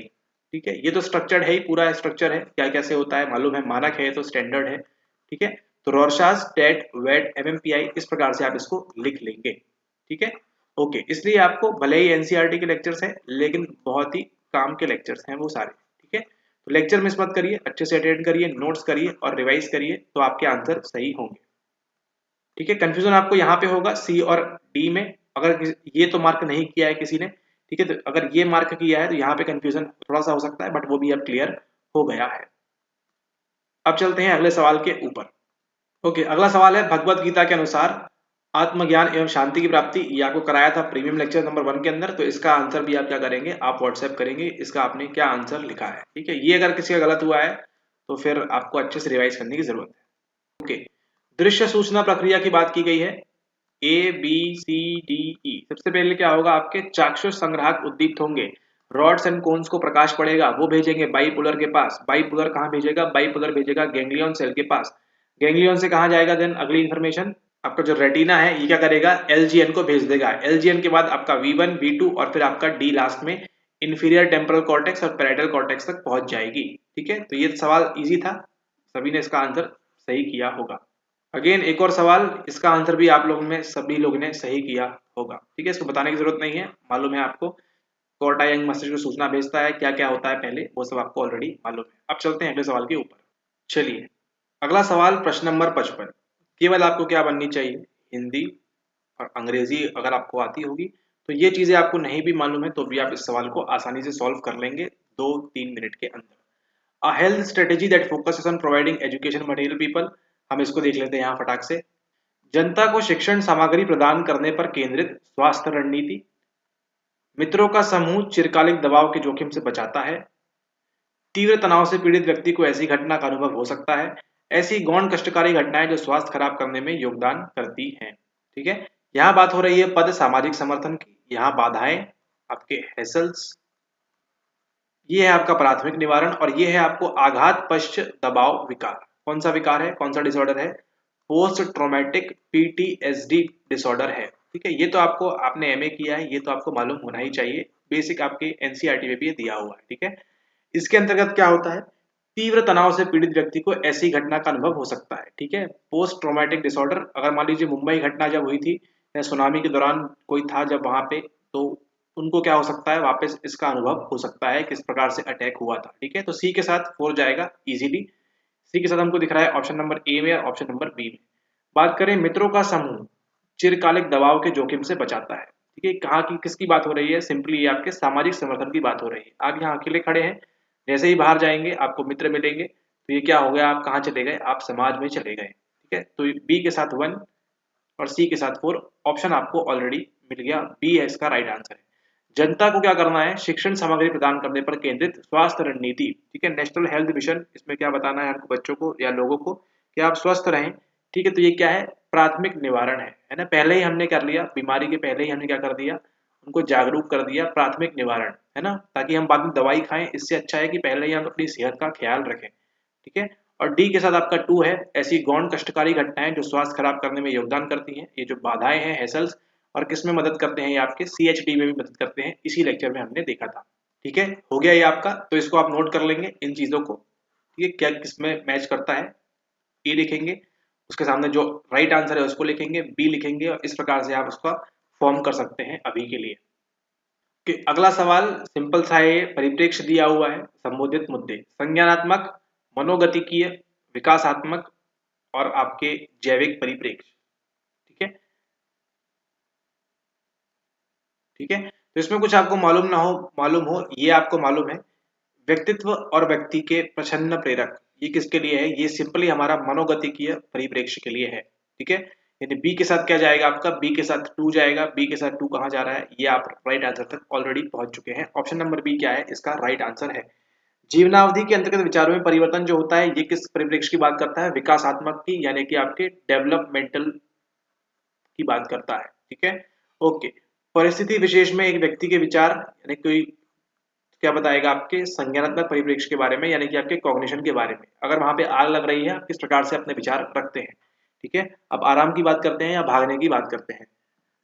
फिर यहाँ पे आपका मध्यस्थताकारी व्यवहार के रूप में मस्तिष्क का कार्य, ठीक है, कौन बताएगा, ये आपका जैविक वाले बताएंगे। सी के साथ 4, डी के साथ 1, बी के साथ 2 एंड ए के साथ आपका 3। जीवनावधि के अंदर आपका ये विकास वाला काम करेगा, ठीक है। इजी सवाल था। अब चलते हैं अगले सवाल के ऊपर। ओके, ये प्रश्न नंबर 53, इसको ऑलरेडी हम कवर कर चुके हैं। सेल्फ डिटर्मिनेशन की बात कौन करता है, contact comfort, Harry Harlow, cell assembly और जनरल एलेक्ट्रिशियन सिंड्रोम, ठीक है। तो इसका भी आप सभी लोगों ने करेक्ट आंसर दिया था। चलते हैं अगले सवाल के ऊपर। अगेन सेम वही रिपीटेड सवाल, CL हल। फ्रॉइड आप जानते हैं किसकी बात करते हैं, इंस्टिंक्ट की, अभी हमने देखा लाइफ इंस्टिंक्ट और डेथ इंस्टिंक्ट की बात करते हैं, ठीक है। नीड की बात कौन करेगा, ड्राइव की और फैंटेसी की बात कौन करेगा, ये आपको मालूम है। डाउट हो तो आप व्हाट्सएप पे पूछ सकते हैं, अदरवाइज सही आंसर आपको मालूम है। नहीं मालूम है तो आप जो सारे वीडियोस हैं प्रीमियम के या फिर 2022 सॉल्व पेपर, वहां से आप उनको देख सकते हैं, ठीक है। इससे बेसिक क्वेश्चन आपसे कुछ नहीं पूछेगा, एनटी है। ओके, अब आया है प्रश्न, विकार के नाम। यहाँ किसकी बात हो रही है, यहाँ बात हो रही है आपके डिसऑर्डर्स की। ऑटिज्म आपने सुना है, अल्जाइमर सुना है, बुलिमिया नर्वोसा सुना है, लेकिन आपने एनकोप्रेसिस नहीं सुना। एनकोप्रेसिस जिसका संबंध किससे है वो भी हम देखते हैं क्या होता है इसमें, ठीक है। तो उसके आधार पे आपको करेक्ट आंसर यहाँ पे मिल जाएगा। चलिए, अब हम जिसकी बात करने वाले हैं वो है एक डिसऑर्डर, वो है एक विकार, ठीक है, ओके। ये है माता, ये है पिता, ठीक है। इनका है एक बच्चा, बच्चे की उम्र है 6 महीने से 1 वर्ष, ठीक है। अब ये बच्चा कहीं भी क्या करे, कहीं भी ये बच्चा टॉयलेट करे, ठीक है, तो इसके माता पिता इन्हें कुछ नहीं कहेंगे। आती है बात 1 से 2 वर्ष, उनका बच्चा कहीं भी टॉयलेट करे, टॉयलेट इन द सेंस यहाँ पे आपका आपका बाथरूम,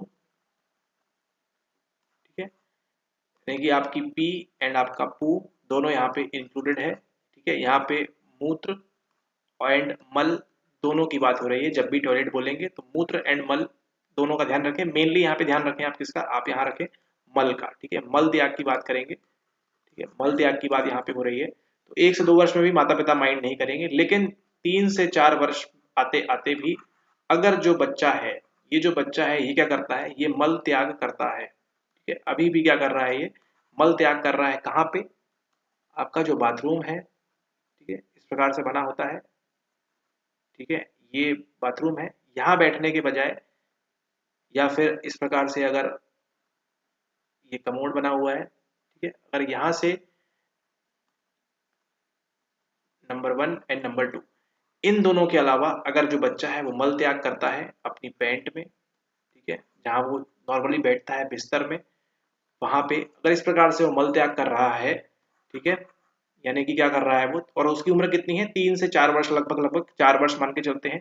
तो इस डिसऑर्डर को क्या कहा जाता है, इस डिसऑर्डर को कहा जाता है एनकोप्रेसिस, ठीक है। जिसका संबंध किससे है, इसका संबंध है आपके निष्कासन से। निष्कासन मतलब एलिमिनेशन से। ठीक है, हम क्या करते हैं, हमारा जो मल है उसको क्या करते हैं, हम उसको हम अपनी बॉडी से एलिमिनेट कर देते हैं, हटा देते हैं। ठीक है, डेली दैनिक क्रिया है डेली की। ठीक है, लेकिन जो बालक होते, जो बच्चे ऐसे होते हैं, वो क्या करते हैं, एक चीज सुनी होगी आपने, किसके बारे में आपने सुना होगा, कब्ज के बारे में। ठीक है, कभी ना कभी ये होता है, और जो माताएं होती हैं उनको गर्भधारण के दौरान, उसके बाद पूरी अवस्था के दौरान ये समस्या बनी रहती है कब्ज की। इसमें क्या होता है, ये आपकी होती है इंटेस्टाइन मान लीजिए। तो धीरे धीरे क्या होता है, यहाँ पे आपका ये जो स्टूल है, स्टूल कहा जाता है उस मल को, ये जो स्टूल है यहाँ पे धीरे धीरे क्या होता है, जमा होता जाता है। और वो जगह एरिया क्या है, ये आपका जो इंटेस्टाइन है, जो अतड़ियाँ है अंदर की, वो क्या होती है, इस प्रकार से बढ़ती जाती है। ठीक है, यहाँ पे देखिए स्क्रीन में सामान्य स्तर पे ये कब्ज नहीं है। ठीक है, तो ये आपका जो गुदा मार्ग है यहाँ से, ठीक है, जिसको हम फ्रॉइड की स्टेज में कौन सी कहते हैं, हम ओ के बाद नेक्स्ट आता है ए, एनल वाली। ठीक है, ओके, गुदा मार्ग, गुदीय अवस्था जिसे कहा जाता है। तो ये आपके जो गुदा मार्ग है, ठीक है, यहाँ से जब आप फ्री नहीं होंगे, ठीक है, तो यहाँ पे आपका स्टूल जमते जमते जमते यहाँ से एग्जिट होता है, यहाँ से एलिमिनेट होता है। लेकिन यहाँ से जब नहीं होगा तो किस प्रकार से हो जाएगा, ये इस प्रकार से, यहाँ पे इस प्रकार से जब जम जाएगा। और ये जो गुदा का मार्ग है, ये क्या हो गया, इतने से देखिए कितना ज्यादा ये फैल चुका है। ठीक है, तो ये क्या करता है, आपके यहाँ मूत्राशय पे भी क्या करता है, अधिक प्रेशर देता है। वो हमारे काम का नहीं है, मेन काम का हमारा यह है कि कब्ज के दौरान क्या होता है, आपकी जो इंटेस्टाइन है ऐसी होती है नॉर्मल, कब्ज नहीं है यहाँ पे। लेकिन जब कब्ज हो जाएगा तो क्या होता है, आपकी इंटेस्टाइन इस प्रकार से फूल जाती है और यहाँ की चीजें क्या हो जाती है, फिर कमजोर होना स्टार्ट हो जाती है। ठीक है, बाकी ये किस पे प्रेशर देता है वो सब काम का नहीं है आपके अभी के लिए। इतना ध्यान रखिए, ये क्या होता है, ये फैलने लगता है। ठीक है, तो ये आपकी इंटेस्टाइन है, ये क्या होगी, इस प्रकार से यहाँ पे इस प्रकार से फैल जाएगी। ठीक है, और ऐसा किसके साथ होता है, और ये नॉर्मल रहती है आपकी इंटेस्टाइन, नॉर्मली आपकी ऐसी रहती है। लेकिन कब्ज के दौरान किस प्रकार से हो जाती है, इस प्रकार से हो जाती है। ठीक है, इसका आप ध्यान रखेंगे, ये है आपकी नॉर्मल वाली। बात कर रहे थे किसकी, बात कर रहे थे हम एनकोप्रेसिस की। ये और डिसऑर्डर किसमें देखने मिलता है, ये मोस्टली हमको देखने मिलता है बच्चों में, लेकिन कभी कभी एडल्ट में भी हमको देखने मिलता है।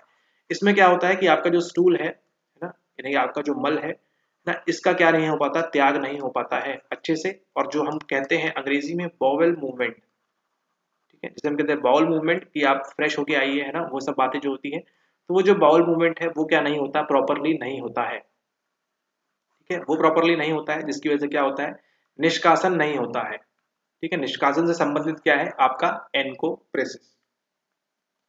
ठीक है, इस एनकोप्रेसिस के भी दो प्रकार होते हैं, एक प्रकार दूसरा प्रकार, उससे संबंध नहीं है। ध्यान क्या रखना है आपको, विथ कब्ज और आपका विदाउट कब्ज। ठीक है, तो मतलब कभी कभी ऐसा होता है बच्चों में, पहले क्या होगा, पहले कब्ज होगा, उसके बाद ये एनकोप्रेसिस होगा, और कभी कभी क्या होगा, कब्ज नहीं होगा और सीधे आपका एनकोप्रेसिस हो जाएगा। ठीक है, उतनी डिटेल में नहीं जाना, पर ध्यान रखिए कॉन्स्टिपेशन जो है, कब्ज है, इसका संबंध भी इसी चीज से है, आपके एनकोप्रेसिस से। ठीक है, ओके, तो आपका जो छोटा, अब बात करते हैं मेन 3 से 4 वर्ष का जो बालक है, वो बाथरूम में, ठीक है, मल त्याग करने की बजाय, बाथरूम में मल त्याग करने की बजाय क्या करेगा, उसकी इच्छा होगी और वो कभी भी अपनी पैंट में कर देगा। ठीक है, या फिर कहीं आप बाहर जा रहे हैं तो वहां अपने ड्रेस पे ही वो मल त्याग कर देगा। ठीक है, और वो ऐसा क्यों करता है, क्योंकि देखिए ये जो मार्क से आता है यहाँ पे, तो क्या करता है, जो बालक है अगर वो इस डिसऑर्डर से पीड़ित है तो क्या करेगा, वो अपना स्टूल यहाँ पे ना रोकने लगता है। ठीक है, उसको होल्ड करने लगता है, और होल्ड करते करते करते करते ये क्या होता है, इस प्रकार से ये बढ़ता जाता है। ठीक है, तो फिर जब नेक्स्ट टाइम वो स्टूल के लिए बैठेगा, नेक्स्ट टाइम जब वो मल त्याग के लिए बैठेगा, तो क्या होगा, वो कभी पेन में आएगा, कभी चिल्लाएगा, ठीक है, कभी दर्द होगा उसको। ठीक है, इस तरह की बातें होंगी वहां पे। तो ये क्या करता है, जो बच्चा इंटेस्टाइन में ये जो आपका मार्ग से ये स्टूल आ रहा है, इसको क्या करता है, वो होल्ड करना स्टार्ट कर देता है। ठीक है, रोकना यहाँ पे स्टार्ट कर देता है, जिसकी वजह से क्या होता है, उसको दर्द वगैरह यहाँ पे होता है बाउल मूवमेंट के दौरान। ठीक है, तो पेट दर्द वगैरह वो सब होना स्टार्ट हो जाता है। और जब वो टॉयलेट जाता है, बाथरूम जाता है, तो वहां पे भी उसको दर्द, पेन, और ये जो मल है इसको बाहर एग्जिट करने में क्या होती है, दिक्कत आती है, यानी कि एलिमिनेट करने में, निष्कासन में दिक्कत आती है। ठीक है, तो देखिए कुछ इस प्रकार से ये 3 से 4 वर्ष बालक का ये मार्ग है, यहाँ से आते आते यहाँ पे उसने होल्ड कर लिया। ठीक है, थोड़ा थोड़ा जमते जमते जमते जमते जमते इस प्रकार से ये पूरा ऐसे हो जाता है, और ये काफी ज्यादा दर्दनाक फिर हो जाता है। ठीक है, ओके, तो ये पूरी कहानी समझी हमने एनकोप्रेसिस के बारे में, पूरा देख लिया आपने, किससे संबंधित है, ये आपके निष्कासन से संबंधित है, तंत्रिका की कोई बात ही नहीं है यहाँ पे, भोजन करने नहीं, भोजन यहाँ पे निकालने की बात हो रही है। ठीक है, ओके, तो बुलिमिया नर्वोसा C के साथ 4 जाएगा, D के साथ 2 जाएगा, C के साथ 4, D के साथ 2, ये दोनों आपने चीजें सीख ली। और A के साथ 3 है तंत्रिका विकासात्मक, और अल्जाइमर है आपका तंत्रिका संज्ञानात्मक। तो इसको आप A मतलब ऑटिज्म के सामने आप क्या लिखेंगे, तंत्रिका विकासात्मक लिखेंगे। अल्जाइमर के सामने आप क्या लिखेंगे, आप लिखेंगे तंत्रिका संज्ञानात्मक। बुलिमिया के सामने क्या लिखेंगे, भोजन करना से। और एनकोप्रेसिस तो आपने डीप में अभी स्टडी कर लिया है, निष्कासन से संबंधित है। ठीक है, तो ABCD इसको आप लाइन से करके इस प्रकार से मार्क कर करके लिख सकते हैं। और एनकोप्रेसिस अच्छा टॉपिक है, आगे भी आपको मिल सकता है, क्योंकि ये पहली बार इस प्रकार से एनकोप्रेसिस के बारे में पूछा गया है। चलिए, the first response that people typically express when frustrated is to, जब लोग सामान्यतः हताशा व्यक्त करते हैं तो उनकी प्रथम प्रतिक्रिया क्या होती है, try again, get angry, give up, be creative, पुनर्प्रयास, क्रुद्ध होना, त्याग देना, सृजनात्मक होना। देखिए, अगर कोई एंग्री है, ठीक है, पहला रिस्पॉन्स, पहली प्रतिक्रिया क्या होगी, टिपिकली एक्सप्रेस व्हेन फ्रस्ट्रेटेड। अगर आप क्या हो गए हैं, फ्रस्ट्रेटेड हो गए हैं किसी चीज से, तो पहली रिस्पॉन्स क्या होगा आपका, गेट एंग्री। सबसे पहले आप क्या होंगे, क्रुद्ध होंगे, गुस्सा होंगे। पुनर्प्रयास तो बाद में करेंगे, लेकिन पहले क्या होंगे आप, गुस्सा होंगे। ठीक है, ओके। मान लीजिए आपकी एक ट्रेन थी, आपको जाना था घर, रात के 12 बज रहे हैं, कड़ाके की ठंड पड़ रही है। इसके बाद कोई भी गाड़ी, कोई भी मेट्रो, कोई भी लोकल आपको नहीं मिलने वाली है। ठीक है, आपकी ये ट्रेन क्या हो जाती है, आपकी ये ट्रेन छूट जाती है। अब क्या हो गया, आप फ्रस्ट्रेट हो गए हैं आप। ठीक है, आप हताशा व्यक्त करना चाहते हैं। सबसे पहले क्या करेंगे आप, क्या आप वापस ट्राई करेंगे कुछ कुछ भी चीज का, या कुछ बस पकड़ने का, बाइक पकड़ने का, या कुछ भी ओला उबर करने का, वो ट्राई करेंगे? नहीं। क्या आप गिव अप कर देंगे? नहीं, घर तो जाना ही है ना, स्टेशन पे, ट्रेन पे, एयरपोर्ट पे तो नहीं सोएंगे आप। क्रिएटिव, ये क्या बात हो रही है, क्रिएटिव की तो बात ही नहीं है। सबसे पहले क्या करेंगे आप, वहां पे उस स्टेज में आप क्रुद्ध होंगे, वहां पे एंग्री होंगे। ठीक है, ओके। अब चलते हैं अगले सवाल के ऊपर। ये देखिए अगला और इस लेक्चर का अब आखिरी सवाल। इसके साथ हमने 67 सारे सवाल कवर कर लिए हैं। थ्योरी ऑफ अटेंशन और रिसर्चर के बारे में पूछा है, तो आप लोग को वहां पे किस मॉडल में क्या है, किसने किसके कान में बोला, किसने किसके कहाँ पे बोला, वो सब आपको जानने की जरूरत नहीं है। मेन आप ये ध्यान रखिए किसने क्या चीज दी है। जो सवाल था आपका चेरी को हमको याद रखना है या नहीं, देखिए 2022 में आपको सवाल मिल गया है चेरी के बारे में। ठीक है, अर्ली सिलेक्शन किससे बात करता है, इन तीनों में से। एटेन्यूएशन की बात कौन करता है, लेट सिलेक्शन की बात कौन करता है, और मल्टी मॉडल की बात कौन करता है। ठीक है, कब बनेगा आपसे ये सब जो आपने लेक्चर अच्छे से देखे होंगे, तो आपको आंख बंद करके आप सही आंसर पे टिक कर देंगे। ठीक है, उसमें दूसरा कोई सवाल पैदा नहीं होगा। ठीक है, ओके। तो आप इसमें अर्ली सिलेक्शन भी जानते हैं, इन चारों में से किसने किया था। एटेन्यूएशन भी जानते हैं, इन चारों में से किसने किया था। लेट सिलेक्शन भी जानते हैं, इन चारों में से किसने किया था। और मल्टी मॉडल भी जानते हैं आप, इन चारों में से किसने किया था। एक भी चीज आपको ऐसा नहीं है जिसके बारे में आप अज्ञान है, जिसको आपको ज्ञान नहीं है अभी। ठीक है, ओके। तो इसके आंसर आप क्या करेंगे, इसके आंसर और जो पीछे एक दो सवाल और पूछे हैं उस सभी के आंसर आप व्हाट्सएप करेंगे। ठीक है, ओके। अगले जो लेक्चर स्टार्ट करेंगे हम, वहाँ पे हम जो मॉकेट 007 था, है ना, उससे स्टार्ट करेंगे, वहाँ के क्वेश्चंस को देखेंगे। तो आपके लगभग यहाँ से 150 सवाल तैयार हो जाएंगे। ठीक है, 150 सवाल जिसके आपने आंसर भी देख लिए हैं, आपको मालूम भी है किस प्रकार से करना है। एक दो बार आप और टेस्ट देंगे, अभी सेम टेस्ट देंगे, अलग अलग टेस्ट देंगे। ठीक है, ताकि आपकी तैयारी और अच्छे से हो सके। ठीक है, ऑलराइट, थैंक यू एवरीवन, और मिलते हैं आपसे अगले लेक्चर में।